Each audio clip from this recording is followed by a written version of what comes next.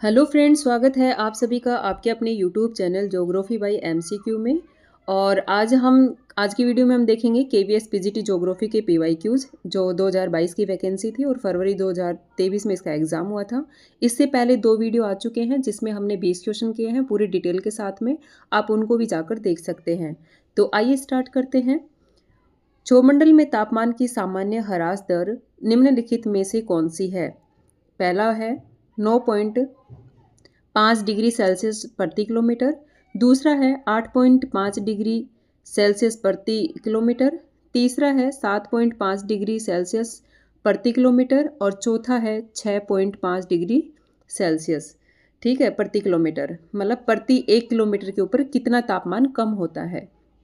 तो सबसे पहले देखते हैं कि ये वाला जो क्वेश्चन है ये लिया गया है अपना जो 11th क्लास की बुक है भौतिक भूगोल के मूल सिद्धांत, और उसका चैप्टर है 8 जिसका नाम है वायुमंडल का संगठन तथा संरचना। और इसके पेज नंबर पर हम देखेंगे 78 पर। ठीक है, जहाँ से ये क्वेश्चन लिया गया है पेज नंबर 78। तो वहाँ क्या दिया हुआ है कि क्षोभ मंडल में जैसे जैसे हम ऊंचाई के साथ जाते हैं वैसे वैसे तापमान घटता जाता है, तो उसको कहा जाता है तापमान की सामान्य पतन दर। ठीक है, तो ये तापमान घटने की दर क्या होती है? ये होती है मतलब जैसे 1 डिग्री सेल्सियस टेम्परेचर घटता है कितने पे? 165 मीटर पर। ठीक है, तो 1000 किलोमीटर पर सॉरी 1000 मीटर पर कितना टेम्परेचर घट जाएगा? ये हो जाएगा 6.5 डिग्री सेल्सियस तापमान कम हो जाएगा। तो ये होती है सामान्य ह्रास दर, तापमान की सामान्य ह्रास दर। देखो जैसे ये धरातल है, धरातल से हम जैसे ऊंचाई की तरफ जाते जाते हैं वैसे वैसे तापमान कम होता जाता है। और जैसे ही हम 165 मीटर की ऊंचाई पर जाते हैं 1 डिग्री सेल्सियस तापमान में कमी हो जाती है। और जैसे जैसे हम ऊपर की तरफ जाते जाते हैं 1 किलोमीटर या 1000 मीटर, ठीक है, तो यहाँ टेम्परेचर में कमी आएगी 6.5 डिग्री सेल्सियस से। तो ऑप्शन 4 सही हो जाएगा इसका। नेक्स्ट क्वेश्चन है निम्नलिखित कोपेन के जलवायु प्रकारों में से किस एक के लक्षण शुष्क ऋतु नहीं गर्म तथा शीतल ग्रीष्म होते हैं? ऑप्शन 1 है CFB, ऑप्शन दूसरा है ESK, तीसरा है BWH, चौथा है ET। तो सबसे पहले देखते हैं कि ये वाला क्वेश्चन लिया गया है अपना वही क्लास 11th की बुक है भौतिक भूगोल के मूल सिद्धांत। जो भी हम क्वेश्चन कर रहे हैं इसमें सभी भौतिक भूगोल के मूल सिद्धांत जो 11वीं क्लास की अपनी एनसीईआरटी की बुक है उसी से है। तो ये मैं बार बार नहीं बताऊंगी कि भाई ये कौन सी बुक से है, तो ये जो क्वेश्चन है सारे उसी बुक से हैं। चैप्टर होगा इसका 12। ठीक है, ये वाला क्वेश्चन चैप्टर 12 से लिया गया है। चैप्टर का नाम है विश्व की जलवायु एवं जलवायु परिवर्तन। और इसके पेज नंबर पे 105 पेज नंबर पर एक सारणी दी हुई है। ठीक है, जिसमें ये मतलब सिंबल के साथ में जलवायु लिखा हुआ है कि ये कौन सी जलवायु है और कहाँ कहाँ पाई जाती है। तो ये वाला सबसे पहले है CFB। इसमें पूछा है कि कोपेन के जलवायु प्रकारों में से किस एक के लक्षण, मतलब कौन सी जलवायु है जिसकी विशेषता ये है कि शुष्क शीत ऋतु नहीं है, ठीक है, गर्म तथा शीतल ग्रीष्म होती है। तो कौन सा जाएगा? देखो सबसे पहले है CFB।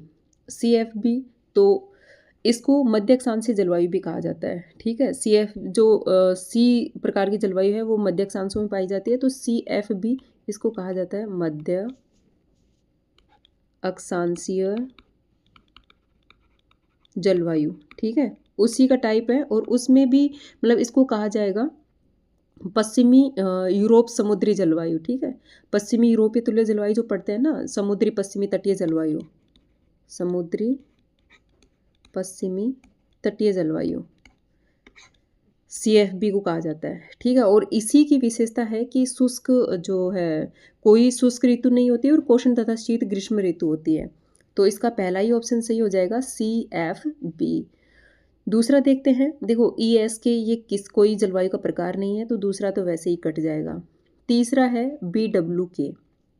तो BW जो बी जलवायु है, बी जलवायु के बारे में हम सभी जानते हैं। इसको मतलब जहाँ वाष्पोत्सर्जन अधिक होता है और वर्षा कम होती है तो वहाँ पाई जाती है बी प्रकार की जलवायु। तो ये निम्न अक्षांशीय शुष्क जलवायु क्षेत्रों में पाई जाती हैं जो BWK। जो बी जलवायु है शुष्क जलवायु, ठीक है, ये है शुष्क जलवायु। ये निम्न अक्षांश और उच्च अक्षांशों में अलग अलग पाई जाती है। देखो निम्न अक्षांशों में पाई जाती है SH और एक है BWH, ठीक है। और जो मध्य अक्षांशों में पाई जाती हैं वो है BSK और BWK, ठीक है। और ई जलवायु है, ये है शीत जलवायु। ई जलवायु को क्या कहा जाता है? इसको कहा जाता है शीत जलवायु। और ये भी दो प्रकार की होती है, एक होता है ईटी जिसको कहा जाता है टुंड्रा जलवायु, यानी जो टुंड्रा प्रदेश में पाई जाती है वो है ईटी जलवायु।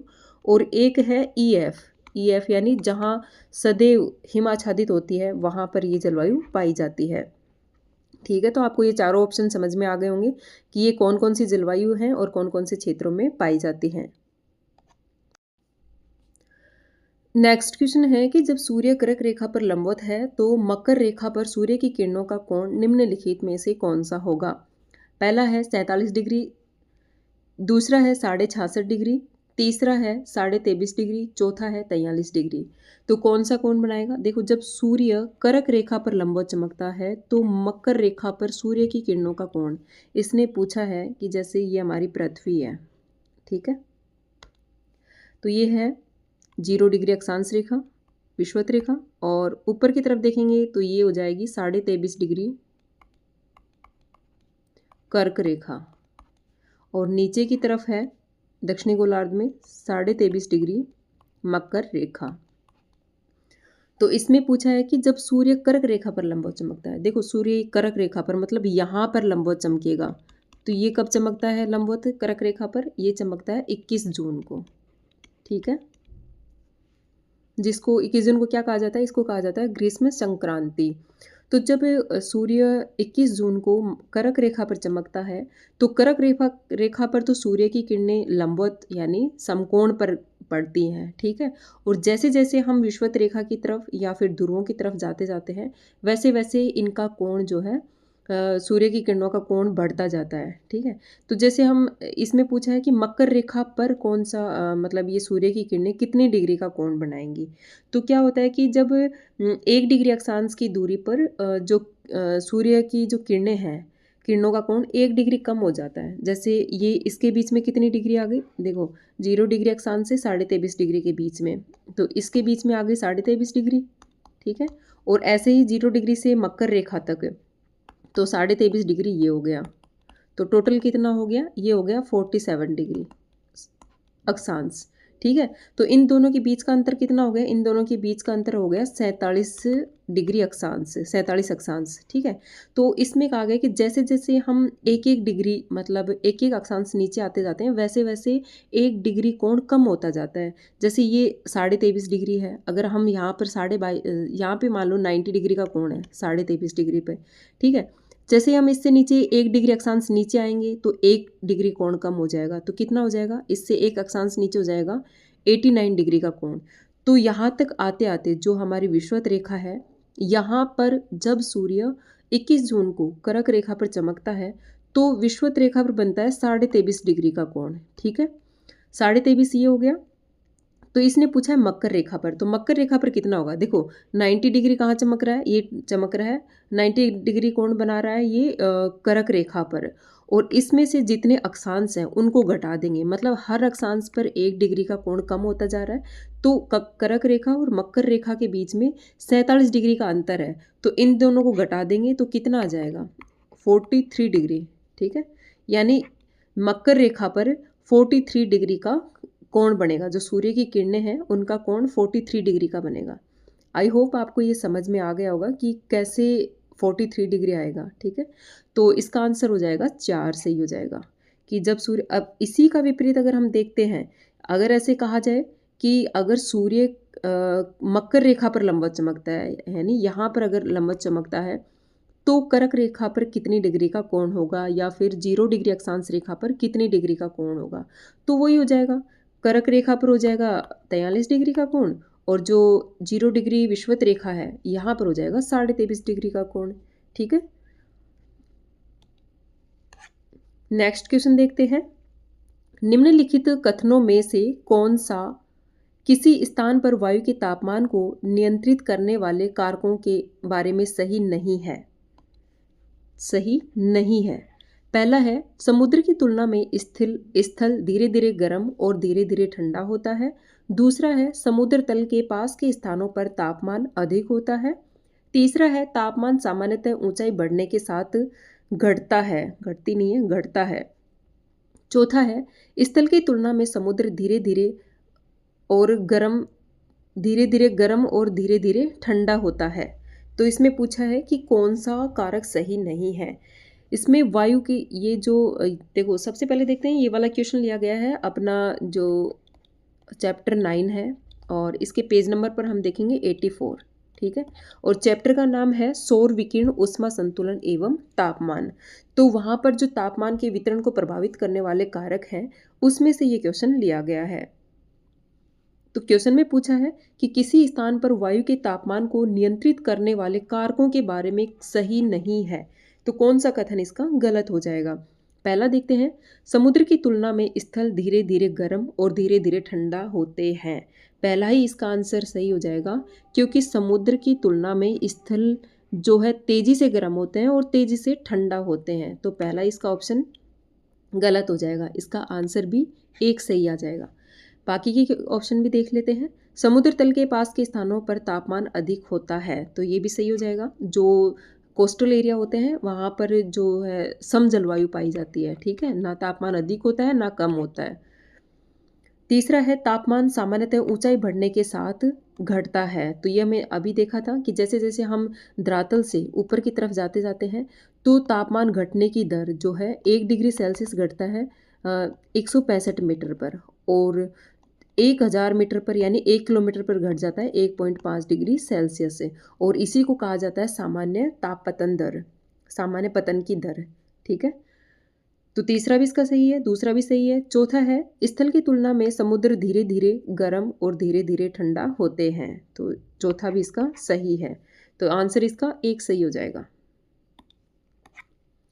नेक्स्ट क्वेश्चन है, विषुवत रेखा पर पवनें निम्नलिखित किस दिशा में बहती हैं। निम्नलिखित में से किस दिशा में बहती हैं। पहला है समदाब रेखाओं के समकोण पर, दूसरा है पूर्वी पवनें मतलब पूर्व की तरफ, तीसरा है पछुआ पवनें, चौथा है उत्तर पूर्वी पवनें। तो सबसे पहले देखते हैं, ये वाला क्वेश्चन लिया गया है चैप्टर 10 है जिसका नाम है वायुमंडलीय परिसंचरण तथा मौसमी प्रणालियाँ, और इसका पेज नंबर देखो, चैप्टर नंबर 10 और पेज नंबर देखेंगे इसका 92, जहाँ से ये क्वेश्चन लिया गया है। ठीक है, तो इसमें पूछा है कि विषुवत रेखा पर पवनें किस दिशा में बहती हैं। देखो सबसे किस दिशा में बहेंगी, जैसे ये विषुवत रेखा है। ठीक है, तो यहाँ पूछा है इसने जो विषुवत रेखा है वहाँ पर पवनें किस दिशा में बहती हैं। ये विषुवत रेखीय क्षेत्र है। ठीक है, तो क्या होता है कि जो कोरियोलिस बल है, ठीक है, कोरियोलिस बल दाब प्रवणता के समकोण पर कार्य करता है, और जो दाब प्रवणता बल है वो समदाब रेखाओं के समकोण पर कार्य करता है। ठीक है, ये तो बाकी जो विषुवत रेखा है उसके अलावा ये कंडीशन लागू होती है, लेकिन विषुवत रेखा के बारे यहाँ देखें विषुवत रेखा पे, तो क्या होता है कि विषुवत रेखा पे जो कोरियोलिस बल है, कोरियोलिस बल क्या होता है, शून्य होता है। ठीक है, तो कोरियोलिस बल शून्य होने के कारण क्या होता है कि यहाँ पर जो समदाब रेखाएं हैं वो जो है समकोण पर चलती हैं। तो पहला इसका आंसर सही हो जाएगा। नेक्स्ट क्वेश्चन है, कोस और उनके परिसंचरण क्षेत्र के सुमेलित युग्म की पहचान कीजिए। पहला है हैडली कोस ध्रुवीय क्षेत्र, दूसरा है हैडली कोस शीतोष्ण क्षेत्र, तीसरा है वाकर कोस ध्रुवीय क्षेत्र, चौथा है फेरल कोस शीतोष्ण क्षेत्र। तो इसमें पूछा है कि सही सुमेलित कीजिए।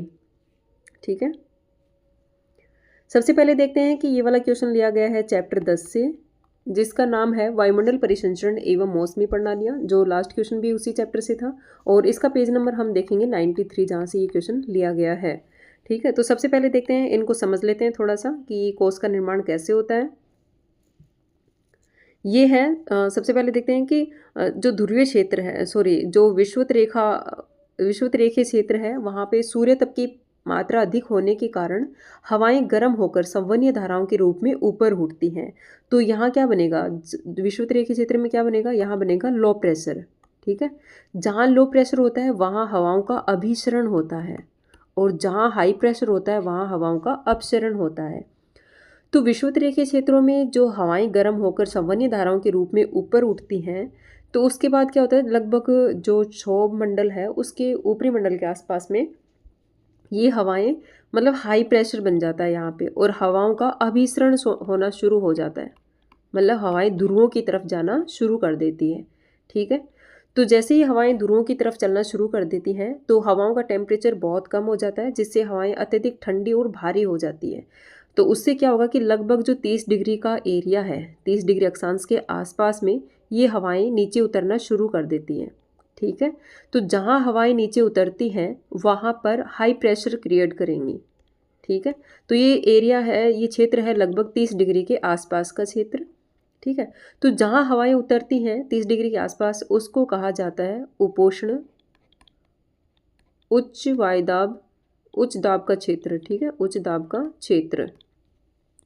ठीक है, तो हवाएं नीचे उतरेंगी तो क्या होगा, हवाएं जहाँ हाई प्रेशर बनाएंगी, हाई प्रेशर बनाएंगी तो यहाँ पे हवाओं का अभिसरण होगा, और ये हवाएं ध्रुवों जो विषुवत रेखा का क्षेत्र है वो उस उधर की तरफ, और जो मतलब शीतोष्ण कटिबंधीय क्षेत्र है ध्रुवों की तरफ चलना शुरू कर देती है। ठीक है, तो उससे क्या होगा, देखो जो विषुवत रेखा वाला क्षेत्र है यहाँ हवाओं का अभिसरण हो रहा है, और हवाएं गर्म होकर सामान्य धाराओं के रूप में ऊपर उठ रही हैं, और ठंडी होकर ये जो 30 डिग्री अक्षांश का क्षेत्र है वहाँ नीचे उतर रही है। तो ऐसे करके एक सर्कल बन रहा है, एक कोस्ट बन रहा है जिसको कोस्ट कहते हैं। ठीक है, तो उसको कहा जाता है हैडली कोस्ट।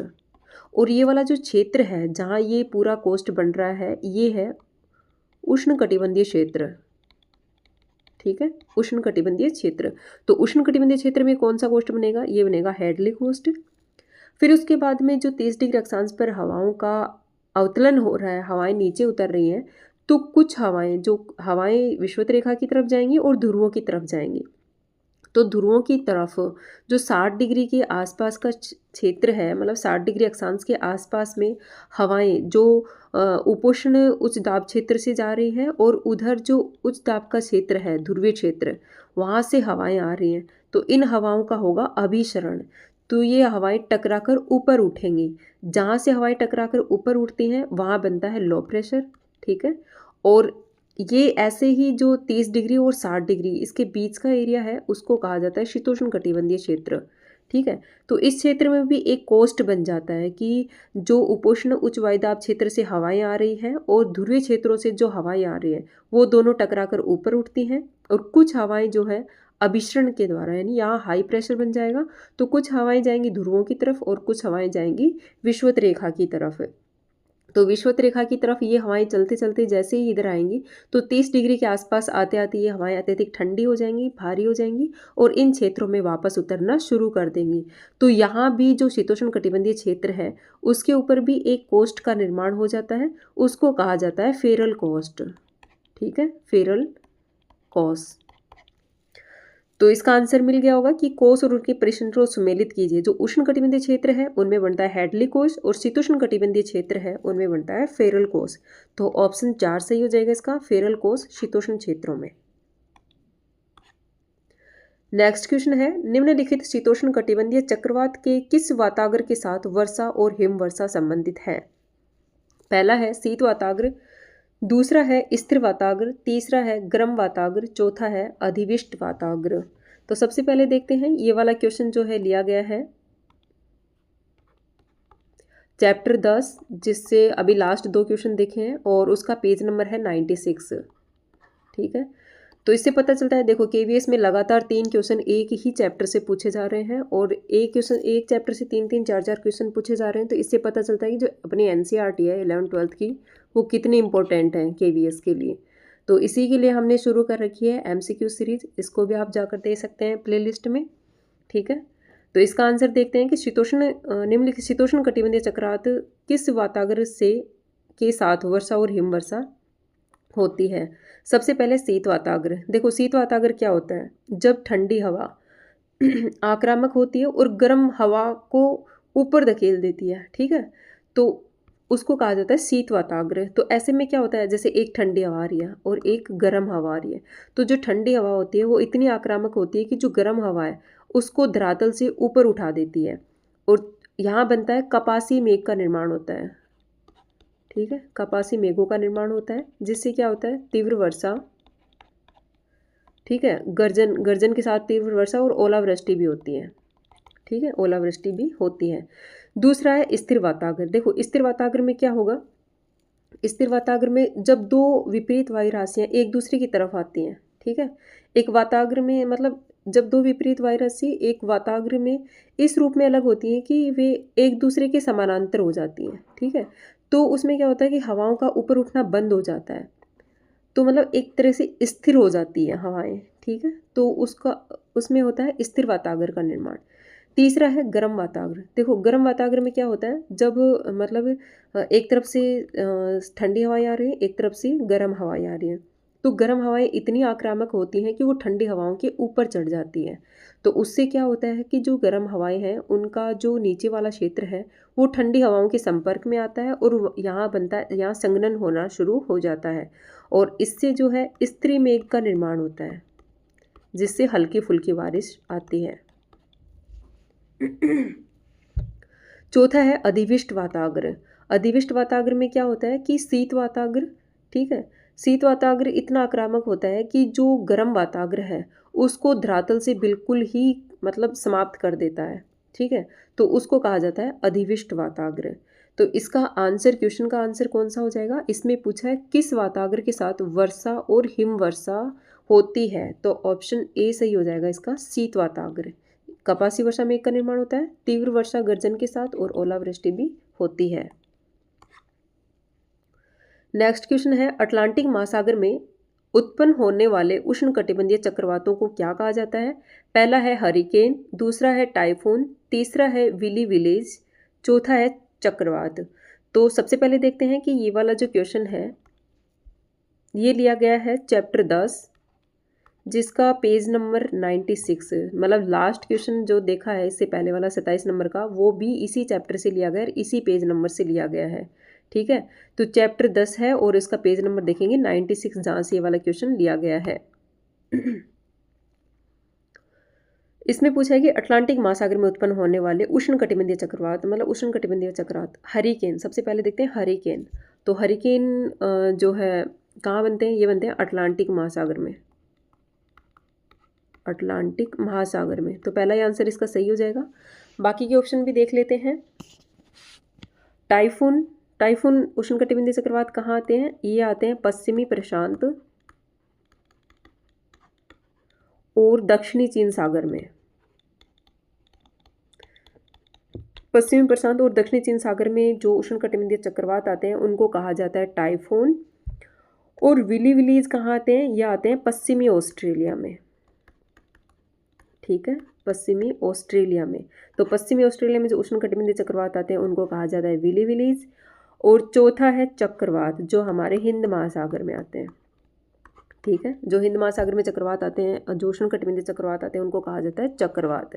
तो इसका सही आंसर हो गया हरिकेन। एक बार फिर से देख लेते हैं, जो अटलांटिक महासागर में उष्णकटिबंधीय चक्रवात आते हैं उनको कहा जाता है हरिकेन, और जो पश्चिमी प्रशांत और पश्चिमी दक्षिणी चीन सागर में आते हैं उनको कहा जाता है टाइफून, और जो पश्चिमी ऑस्ट्रेलिया में जो चक्रवात आते हैं उनको कहा जाता है विली विलेज, और जो हिंद महासागर में आते हैं उनको कहा जाता है चक्रवात। नेक्स्ट क्वेश्चन है जनवरी और जुलाई के बीच सर्वाधिक तापांतर पाया जाता है। ऑप्शन एक है उत्तरी अमेरिका में, दूसरा है एशिया के उत्तर पूर्वी भाग में, तीसरा है ऑस्ट्रेलिया के आंतरिक भाग में, चौथा है कनाडा के तटीय भाग में। तो सबसे पहले देखते हैं, ये वाला क्वेश्चन लिया गया है अपना जो चैप्टर है 9, जिसका नाम है सौर विकिरण, ऊष्मा संतुलन एवं तापमान, और इसका पेज नंबर हम देखेंगे 85, जहाँ से ये क्वेश्चन लिया गया है। तो इसमें पूछा है कि जनवरी और जुलाई के बीच सर्वाधिक तापांतर कहाँ पाया जाता है। पहला है उत्तरी अमेरिका, पहला इसका आंसर गलत हो जाएगा। दूसरा है एशिया के उत्तर पूर्वी भाग में, तो दूसरा ऑप्शन इसका सही हो जाएगा, क्योंकि जो यूरेशिया महाद्वीप है उसका जो उत्तर पूर्वी क्षेत्र है वहाँ पे सर्वाधिक तापमान पाया जाता है, लगभग 60 डिग्री सेल्सियस का अंतर इसमें पाया जाता है, ठीक है, तो दूसरा आंसर इसका सही हो जाएगा। नेक्स्ट क्वेश्चन है विश्व के किस भाग में पूरे वर्ष पर तापमान व्युत्क्रमण सामान्य रहता है, वर्ष भर, पूरे वर्ष भर, ठीक है। पहला है विषुवतीय क्षेत्रों में, दूसरा है महासागरीय क्षेत्रों में, तीसरा है महाद्वीपों के आंतरिक क्षेत्रों में, चौथा है ध्रुवीय क्षेत्रों में। तो सबसे पहले देखते हैं, ये वाला क्वेश्चन लिया गया है चैप्टर 9 से, ठीक है, और जिससे लास्ट क्वेश्चन लिया गया था, और पेज नंबर है इसका 86 से। लास्ट क्वेश्चन था 85 से और ये है 86 से, ठीक है। तो देखो हर पेज से क्वेश्चन बन रहा है, ठीक है, जहाँ से इसको आप अच्छे से देख सकते हैं। विश्व के किस भाग में पूरे वर्ष भर ताप व्युत्क्रमण सामान्य बना रहता है? देखो ताप व्युत्क्रमण क्या होता है, एक तो होता है तापमान की सामान्य पतन दर, यानी जैसे जैसे हम ऊंचाई के साथ जाते जाते हैं वैसे वैसे तापमान में कमी आती जाती है, वो तो आ जाएगी सामान्य पतन दर। और इसके विपरीत जब होता है, जैसे जैसे हम ऊपर की तरफ जाते हैं वैसे वैसे तापमान जो है बढ़ने लगता है, तो उसको कहा जाता है तापमान व्युत्क्रमण की दर, ठीक है। तो इसका ऑप्शन 4 सही हो जाएगा, ध्रुवीय क्षेत्रों में। आज के लिए इतना ही है, बाकी के क्वेश्चन हम आगे की वीडियो में करेंगे। Thank you.